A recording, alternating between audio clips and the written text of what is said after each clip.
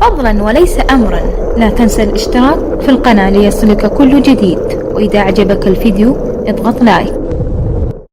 السلام عليكم. في هذا الفيديو بتكلم عن نقطة تعتبر إشكالية لكثير من الأخوات المبتدئات، بعد ذلك أمورهم أوكي، وهو الهاند بريك والجير.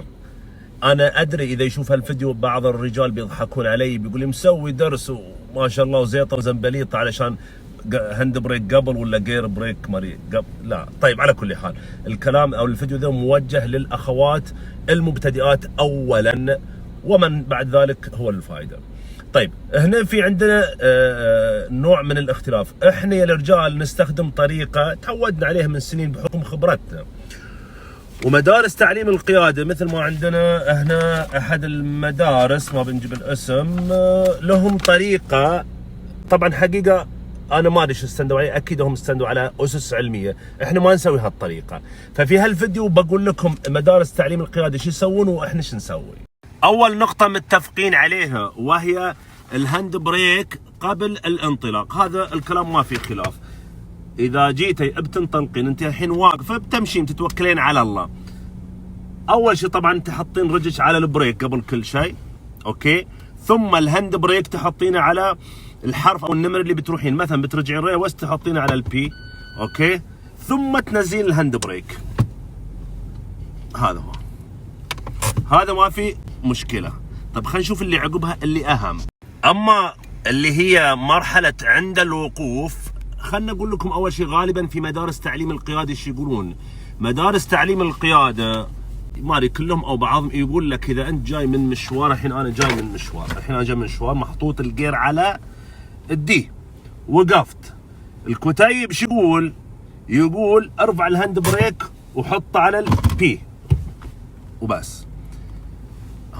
هنا الاشكاليه ان كثير من الاخوات البنات ما ترفع الهاند بريك بقوه، تبقى يعني انثى اقل ضعف من الرجل في القوه في الجسم، فترفع ايش تسوي؟ ترفع انتيفه وتقوم تحط الجير على البي.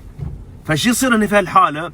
اللي يصير ان السياره هنا تتكئ على تروس الجير، بدليل غالبا البنات اللي يسوون هالحركه لما تجي تتحرك بعدين اذا كانت السياره واقفه في منحدر تسمع بتكه تك.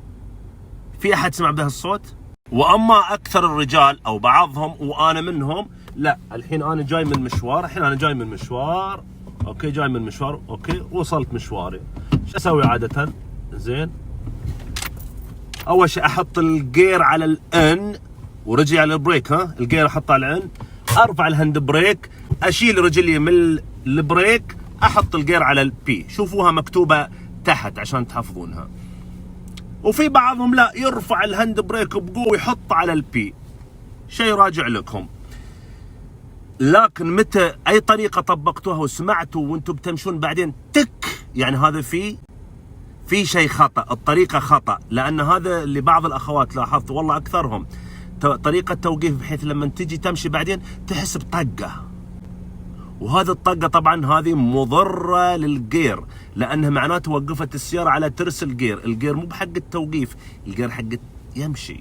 ولكن غالبا في الارض المستويه، اذا وقفت السياره في ارض مستويه ما تفرق اي طريقه من الطرق، بل ان طريقه اللي تقولها مدرسه تعليم القياده 100% ما في مشكله. بس وين الاشكاليه؟ وين صوت الطقه او صوت الضربه تطلع او يتعور الجير؟ اذا كان في منحدر ولو شيء بسيط، ولو يمكن 1 انش، بمجرد ما تتحرك السياره هنا الاشكاليه انها وقفت على تروس الجير. دمتم بود. متجر زين النسائي لمستلزمات السيارة. وفري مزيدا من الوقت والجهد واحصلي على ما يلزم سيارتك بخيارات دفع متعددة ومزايا إضافية. السيارة ما يحتاج تروحين السوق، للطلب الآن. تسوقين سيارة؟ أنصحك في حساب مهتم جدا في قيادة المرأة للسيارة. دروس، أخبار، معلومات. سناب مصطفى لايف.